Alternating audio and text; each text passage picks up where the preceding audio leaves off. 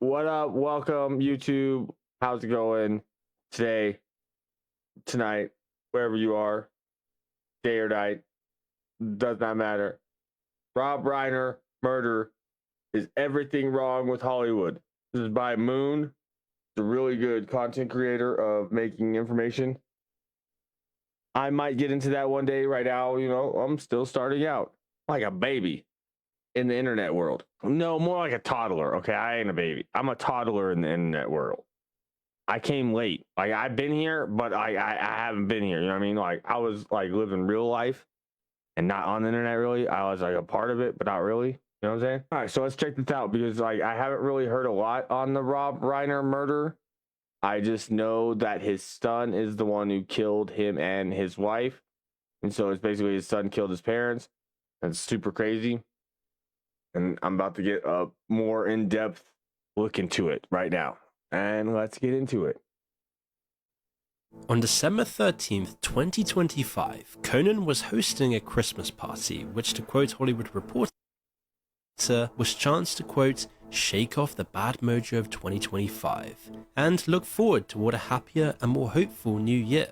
Rob Reiner is there with his wife Michelle and their 32-year-old son Nick, not because they wanted to, but because they were allegedly too afraid to leave him alone. And for those who don't know who Rob is, he was one of Hollywood's most successful directors, directing The Princess Bride, When Harry Met Sally, This Is Spinal Tap, A Few Good Men, and he was one of the industry's most influential voices. And they were in Los Angeles, a city of separate worlds that rarely touch but have a lot more in common than everyone thinks. Down at street level, you've got the sprawl, the traffic, the density, people living paycheck to paycheck in apartments they can barely afford. Drive west and up into the hills, and that's where the party was hosted. Here you'll enter a different world behind the gates, where all the celebrities live and socialize. We're talking Bel Air, Brentwood, and the Pacific Palisades, where you find houses behind gates on clean streets, sealed away inside of their own bubble.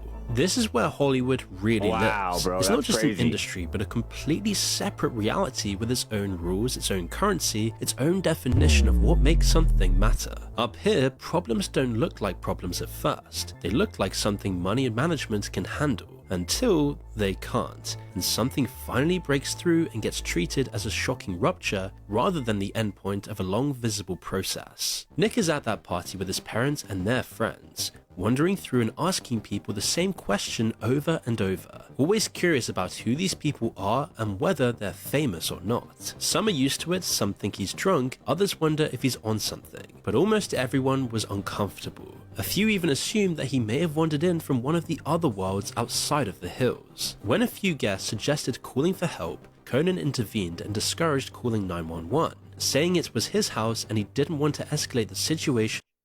What? Or make this public. Eventually, Rob and Nick apparently got into a very loud argument that others overheard, prompting the family to embarrassingly leave the party early. These are household names in fame and show business, but they're dealing with a very real human crisis. Nick was clearly extremely unwell, and when you scroll through some of the videos surfacing now, you can see his behavior has been concerning for a very long time. Allegedly, he was furious at Bill Hader when Hader responded that he was in the middle of a private conversation. But you still don't think that someone is genuinely capable of doing something as monstrous as this. Sometime in the early morning hours of December 14th, Rob and Michelle Reiner were killed in their Brentwood home by what police called multiple sharp force injuries. Around 12:15 a.m., Nick was there. Okay, crazy. Okay, I did not know this happened on December 14th. Bro, where was I? Oh, yeah. I was taking a break from media. I was taking a break from content creation because I don't want to get burnt out. And so I am making sure I'm doing things in a manner that's going to help me thrive and not get burnt out to where I can't do this. And seen near a gas station close to the family home. By 4 a.m., he checked into the Pierside Hotel in Santa Monica, where hotel staff later found the shower and mattress covered in blood. Tragically, it was Rob and Michelle's daughter that discovered the bodies, and Nick was arrested at 9:15 p.m. near the University of Southern California. Trump then dumped that wild post on Truth Social, which was just kind of insane. Okay, I didn't get to read this, so let's recap for everyone who missed it. Very sad thing happened last night in Hollywood. Rob Reiner, a tortured and struggling yet once very talented movie director and comedy star, has passed away together with his wife, Michelle. Reportedly, due to the anger he caused others through his massive, unyielding, and incurable affliction with a mind-crippling disease known as Trump derangement syndrome, sometimes referred to as TDS. He was known to have driven people crazy by his raging obsession of President Donald J. Trump, with his obvious paranoia reaching new heights as the Trump administration surpasses all goals and expectations of greatness. And with the golden age of America upon us, perhaps like never before, may Rob and Michelle rest in peace. What the fuck, bro? Bro, what the dude? They were murdered by their son, and you're saying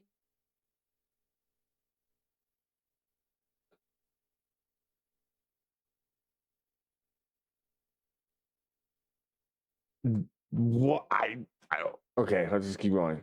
And it speaks to how desensitized everyone is to violence now. It's just the same as when all the memification of Charlie Kirk's murder took over everyone's timeline. Quote, a very sad thing happened last night in Hollywood. Rob Reiner, a tortured and struggling but once very talented See, that shows you that I didn't watch this already. movie director and comedy star has passed away together with his wife, reportedly due to the anger he caused others through his massive, unyielding, and incurable affliction with a mind-crippling disease known as the Trump derangement syndrome. Here's something important to understand about Rob himself. Regardless of his political views, he didn't grow up in this broken system. He was from just a different generation entirely, growing up on the East Coast in the Bronx. Billy Crystal, who worked with him on When Harry Met Sally, said Rob was, quote, one of the most decent human beings I've ever known. When he transitioned to directing in the 80s, he didn't just hire the most expensive team and chase spectacle. Spinal Tap was a low-budget movie consisting of almost only improvised dialogue, giving viewers the impression they were watching a real heavy metal band. And it's why it was hugely successful, because it was authentic. It was almost the opposite of all modern movies today. And it was in the 2000s and 2010s. That's actually crazy, bro. This is Spinal Tap, dude. I actually felt like I was watching a real band. I was a child, though, so, you know, it's different, bro, so whatever. As Hollywood transformed into something more algorithmic and hollow, that Rob just seemed to get uncomfortable. He made fewer films and focused more on political advocacy. Friends said he was just frustrated with what the industry had become, with the endless franchises, the risk aversion, and focus on opening weekends over lasting impact. And then there was Nick. To try to understand what happened, the first thing everyone... Look at this dude, bro. Bro, look at this dude. He's seen some shit. Because imagine, you gotta think, Hollywood is way decrepit, and in order for you to become famous or any of that stuff, you gotta do stuff. Make blood contracts and do sacrifices and rituals and all sorts of crap that messes your brain up, right? Now imagine, you gotta think, his whole life was spent in that world.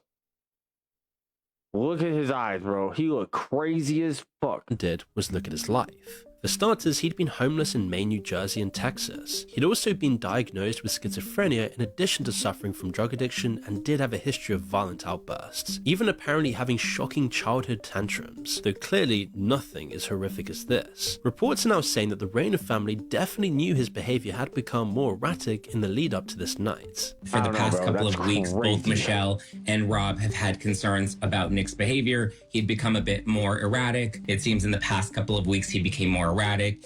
His behavior became unpredictable. Even at the party, I believe one of the guests has now come out and said that they overheard Nick arguing, and even Rob was expressing concerns with his own safety when it comes to Nick. Back in 2015, Rob had directed a film called Being Charlie, co-written by Nick and a friend he met in rehab. The movie follows an 18-year-old drug addict whose father, a former actor running for governor, struggles with his son's addiction. The film revealed that Rob and Michelle had sent Nick to 18 facilities, sometimes against his own will. The first time, he was just 14 years old. Rob admitted he overreacted by sending him to a treatment center when he caught him using drugs. And Rob admitted that when Nick would tell us it wasn't working for him, we wouldn't listen. He said we were desperate, and because the people had diplomas on their wall, we listened to them when we should have been listening to our own son. You know, the parent is, your main job is to keep your child safe. So I would do anything. I felt at a loss. So I would do anything that, as we say in the film, anybody with a desk and a diploma, I would listen to them. And the whole idea of tough love and you have to be a certain way. And it's not my nature. It's not the way I am built, but I went and did that. You know, and I think that, you know, at the end of the day, I know my child better than an expert does, and I probably should have trusted my own instinct. But the big question here is why this can happen. Why does first-class treatment... Dang, bro, that's actually really... This is heavier than I thought it was going to be. in every sense possible fails so badly? How many failings are there along the way to something like this happening? Rehab is a staple of the Hollywood lifestyle, but the majority relapse within the first year. Higher if you're going back to the exact same environment that broke you, which is exactly what happened to Nick and loads of celebrity children before him. The age divide has a lot to do with it. Nick was born into a totally different celebrity dynamic entirely. 2000s Hollywood, where identity is performance, community is transactional, and mental illness gets commodified into... See, I said it.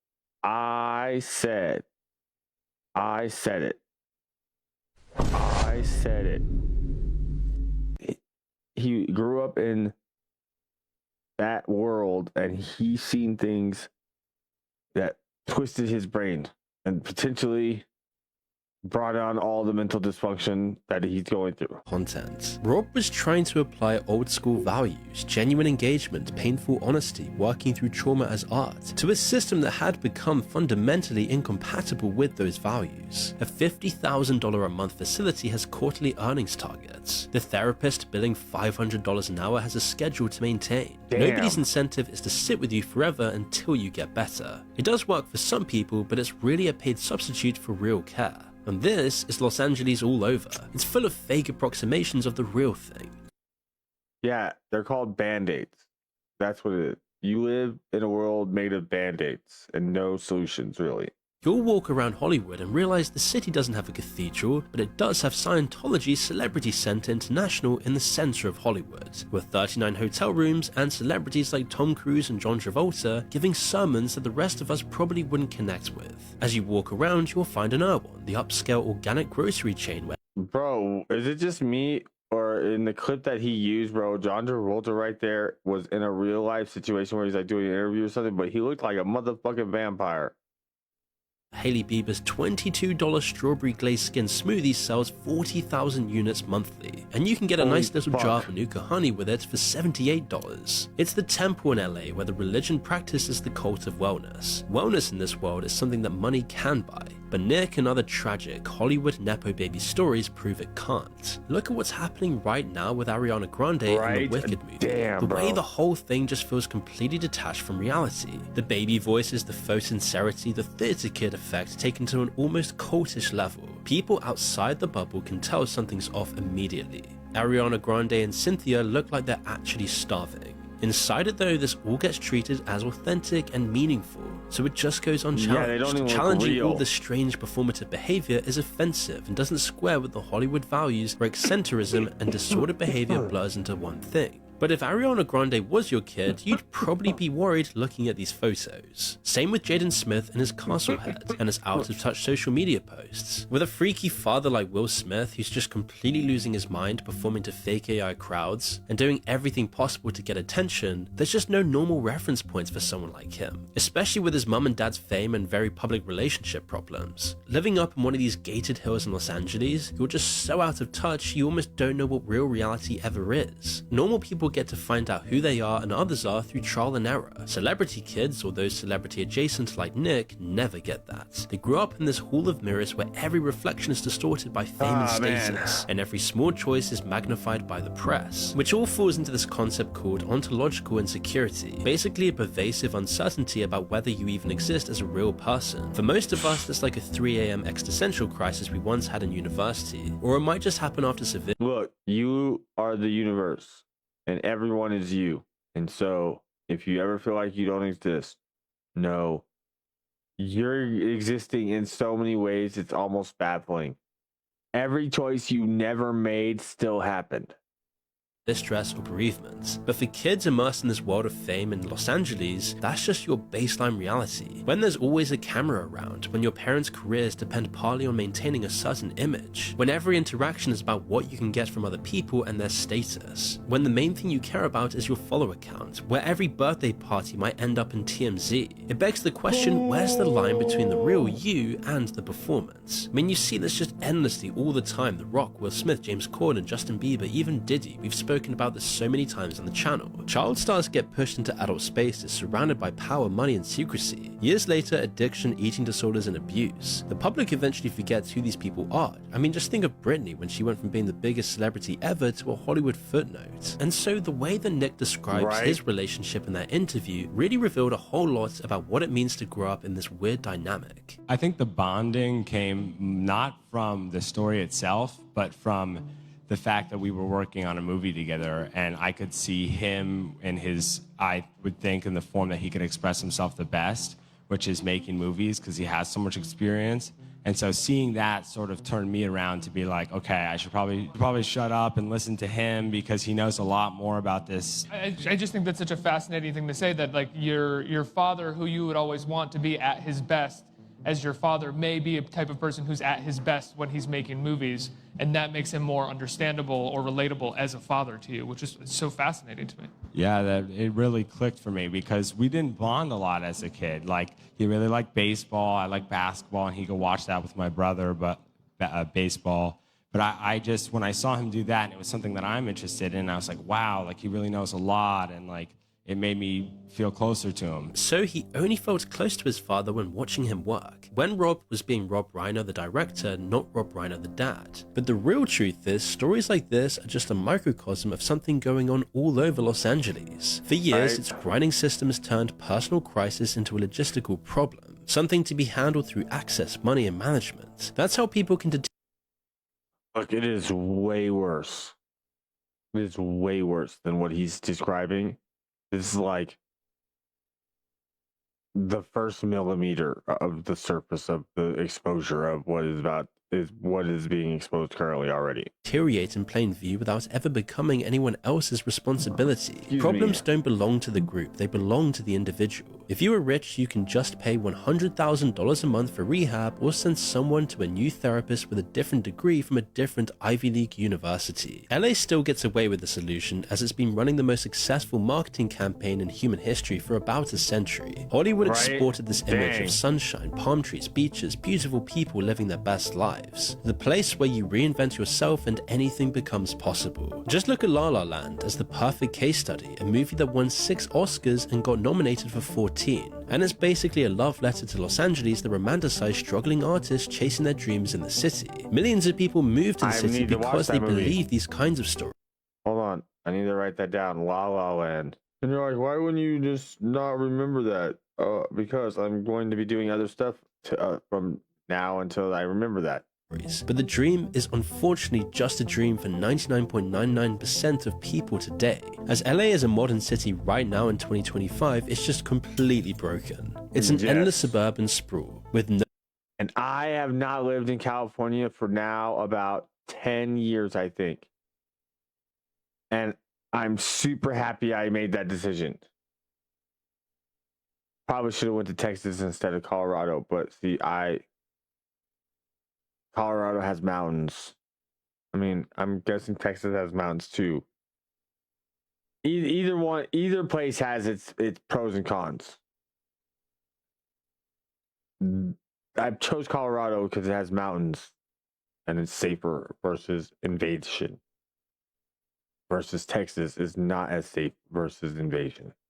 No third spaces, individualistic, living in isolated boxes with the streets lined with homeless, desperate people. Things like public transportation are filthy, unsafe, and not even working properly. Look, I used to live there, bro. You know how crazy it is in Cal, and I think this was a while ago, right? When I lived there, while since I experienced this. So I'm sure it's at least 10 times worse than my story. But you ever get like you get like government assistance, and they give these in California. They gave you these papers, and you take them into a hotel, and you're out. They give you a room and stuff, right, to stay in. You ever just have to like walk through it looks like an alley, bro, of just drunk, high, crackhead, heroin addict, crazy people with all your belongings, because you're homeless too. Just not like that. You're a functional homeless. Like you're like someone who just fell on hard times. You know what I'm saying? You don't want to be homeless. You gotta walk through that just to get to the front door of that building. That was one of the most freakiest moments in my life. California's bad, messed up.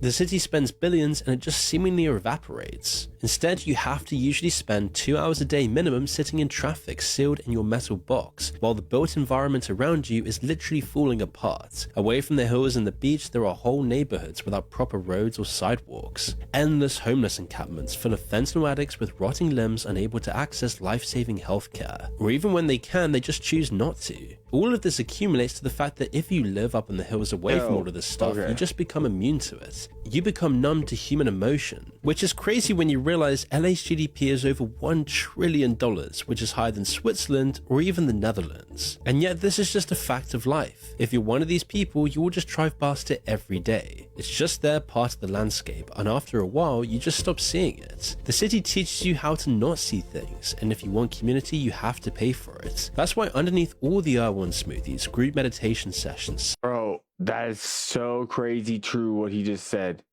Super true. You want community, you have to pay for it at this point. Hence why I'm not a part of really any communities or groups of any kind, really. I'm singular, lone wolf status, pretty much ostracized by the whole world.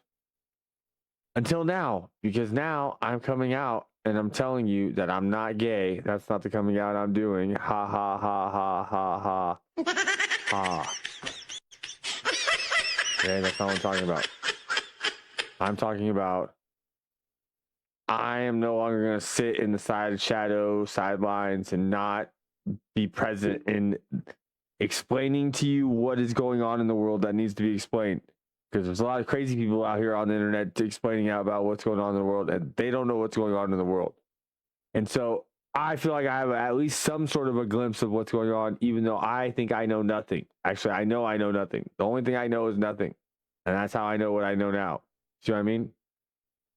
Which gives me kind of an advantage on the people that I'm talking about that are crazy as fuck, acting like they know what they're talking about. Sound baths, vitamin drips, is one of the loneliest cities in the world. So guess what happens when people become persistently isolated and anxious? Well, they often develop mental illnesses or turn to substances to cope. So you take someone, especially a vulnerable kid like Nick Reiner with psychiatric risk factors, drop them into an environment where substances are everywhere and private doctors will prescribe whatever keeps you functional, surrounded by people who are just trying to get something from you because of your dad's fame, can just lead to absolute psychoticness. And no amount of rehab is going to fix that when the environment never changes. If it's just normal to take Adderall to focus, Xanax to calm down, Ambien to sleep, and Coke and alcohol on weekends to feel something again, there's now an entire ecosystem of sober living influencers in the hills, people documenting their recovery journey for content, monetizing their trauma, building personal brands around sobriety.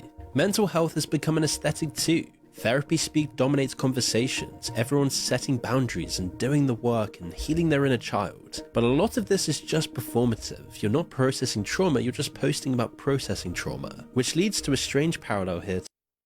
That's wild. You're not processing trauma, you're just posting about processing trauma.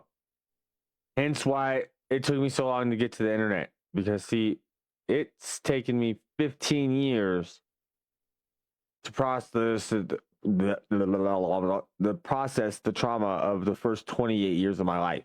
To Rob Reiner's most famous film. This is Spinal Tap is fundamentally about people who've lost perspective, a rock band so deep inside their own world that they can't see how absurd it's become. Everyone thinks they're being sincere when they're not. Like when you turn the amplifier up to 11 thinking that one extra number is going to make everything better. Rob understood what happens when you lack self-awareness perfectly when he was making the movie. How you can do everything you're supposed to do and still fail because you're operating in a framework that doesn't work. In the film's case, that's the rock industry. In LA, it's real life. A city full of people just following broken systems, trying their best within structures that ensure failure, eventually rupturing incidences that appear random but are really the endpoint of that much larger, more visible process that becomes invisible the closer you are to it. Dang, bro. Wild. And that's crazy. Look at him. Look at him. Look at the way he's looking at him right there. That's. Oh, I'm probably off camera. I'm probably going to do some more research on this whole story right here because I need more details now. I looked at too much information. And so, yeah, all right, I am out of here. I have to go do some other stuff, like, watch another video. So I'll see you over there on the next one. Bye.